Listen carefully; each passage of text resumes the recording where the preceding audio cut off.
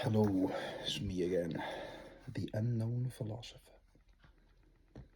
So, I've been watching some videos on manifestation,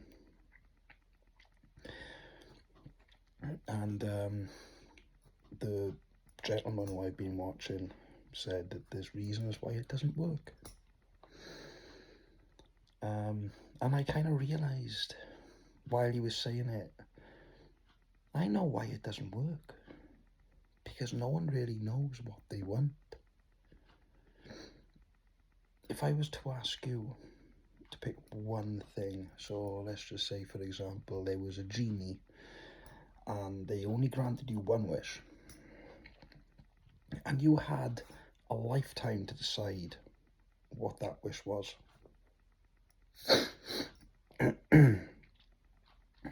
Like we do. You've almost got too much choice. And what you decide today is different tomorrow, and then different the day after, because your needs change. So you would automatically think money, but then you'd think, hang on a minute, let's be sensible about this. You know, I've got a family, I've got kids, so I want them to be happy. But then you think about it deeper and you go, well, in order for them to be happy, I need to be happy.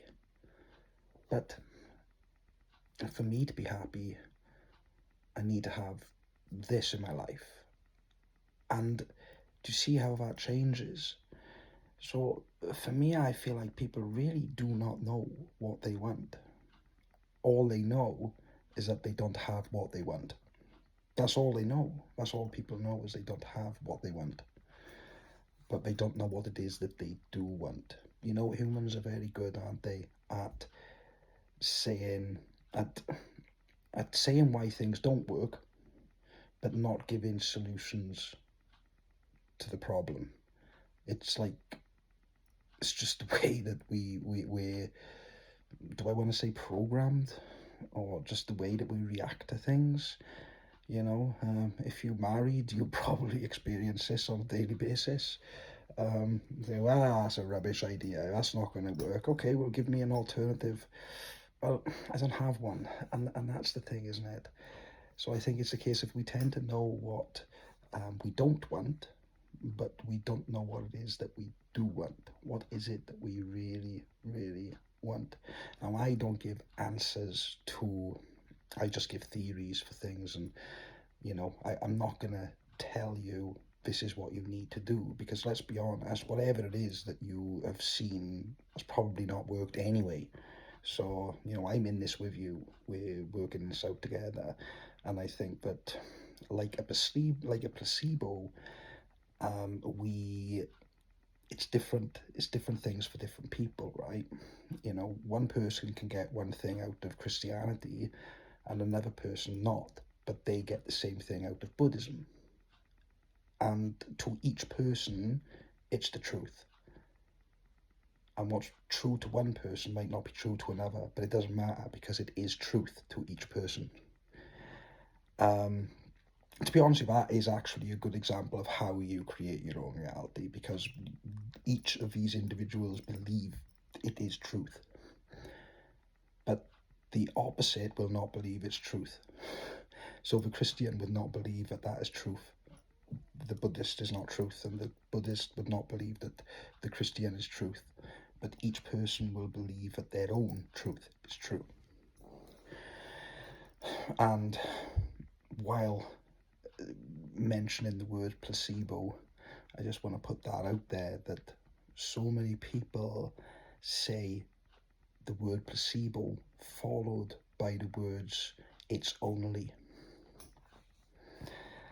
How can you put something so there's no word for it, so incredible, so magic, so true, down? How can they put that word down by saying "it's only"? You know, I was speaking to my son about this yesterday. He's 16. I think I've mentioned him in my last video as well, I'm not sure. But I said, what is a placebo, mate? I said, just out of curiosity, what's your perspective on what a placebo is? And he said, well, it's when you think something and it happens. I said, okay, so do you believe it? Do you, if that's your perspective of it, so when you say that it's only a placebo, but your description of a placebo is that when you think about something, it happens, then how can it only be a placebo? It shouldn't be said like that. It should be said like it's the most incredible thing in the world. And he made a good point. He said, well, you have to believe it for it to work. And that's so true. That's so true, right? So you go to the doctor. This is probably the most cliche example, but if you go to the doctor and you say that you're not getting to sleep, and they give you a tablet that you take in the night that will help you sleep, and the doctor says to you, and you trust this doctor, okay, and he says to you or she says to you, take this tablet and it will sort you right out, you will get to sleep. You take the tablet and you go to sleep, okay? You believe this doctor. And then, a month later, they tell you, just to let you know, that this was actually a placebo. This wasn't actually, there was nothing in it. There was nothing in this tablet to make you sleep.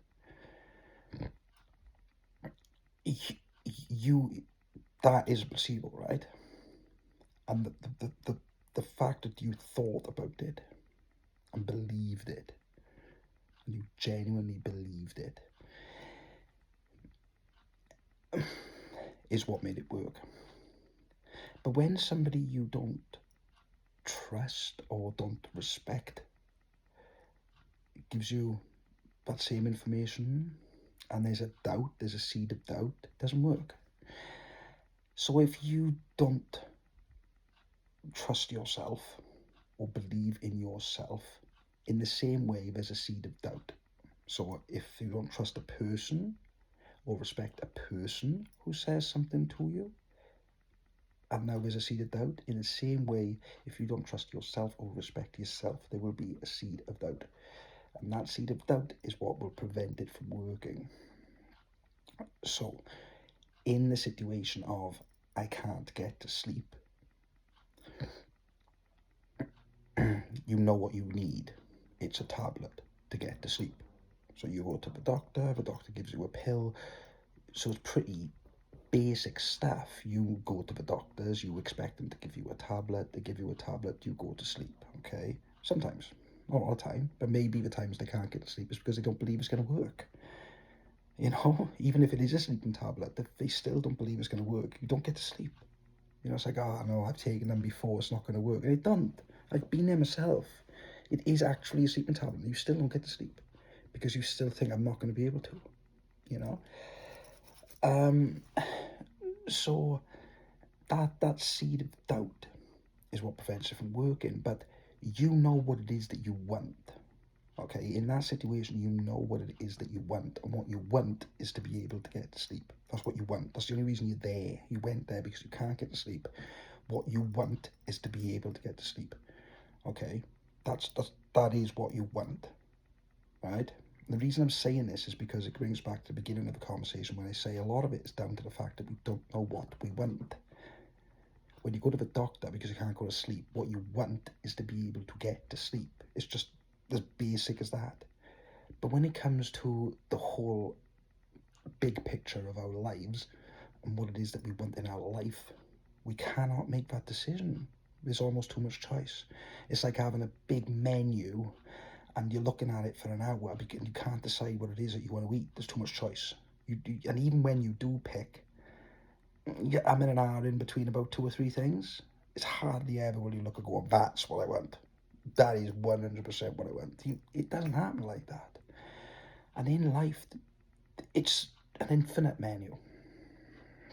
So maybe, I'm not going to sit here and tell you that this is definite, but maybe, just maybe, It's to do with the fact that we do not know what it is that we want. And all we do know is what we don't want. That's not enough. So yeah, food for thought there, and I just thought it was worth making a video on that. I don't know about you guys, but I tend to get a little bit sick and tired of people saying, but this is the way. Okay? Everything is open to debate, and everything is open to different perspectives. And for me, all I do is present theories, like all philosophers. You know, philosophers were people who came up with theories, and those theories were then tested. Okay, if you didn't have philosophers, you wouldn't have science. Okay, people always separate philosophy from science, but actually scientists were philosophers. That is what scientists were. They were philosophers. Science is separate. So without the philosopher, a scientist has no theory to test. Okay, it's the philosopher who comes up with the theory. Okay, the scientist sticks to the science. The philosopher comes up with the theory. Okay, so for me, it's a case of presenting theories. Am I right? Am I wrong? Maybe I'm both, depending on who it is that's watching this video. But really ask yourself this question: what do I want? And it's very, very, very difficult to answer that question. Anyway, I did say in my last video that I want to do a video on who am I? Who are you? And how do you explain who you are without explaining what it is that you do? Okay, and I will do that video at some point, but not today, when it feels right. So yeah, anyway, I hope you're all okay, and I hope you get something from this. If no one watches it, then this will be an archive for my distant relatives in the future, and maybe they'll get something from it. So, there, take care.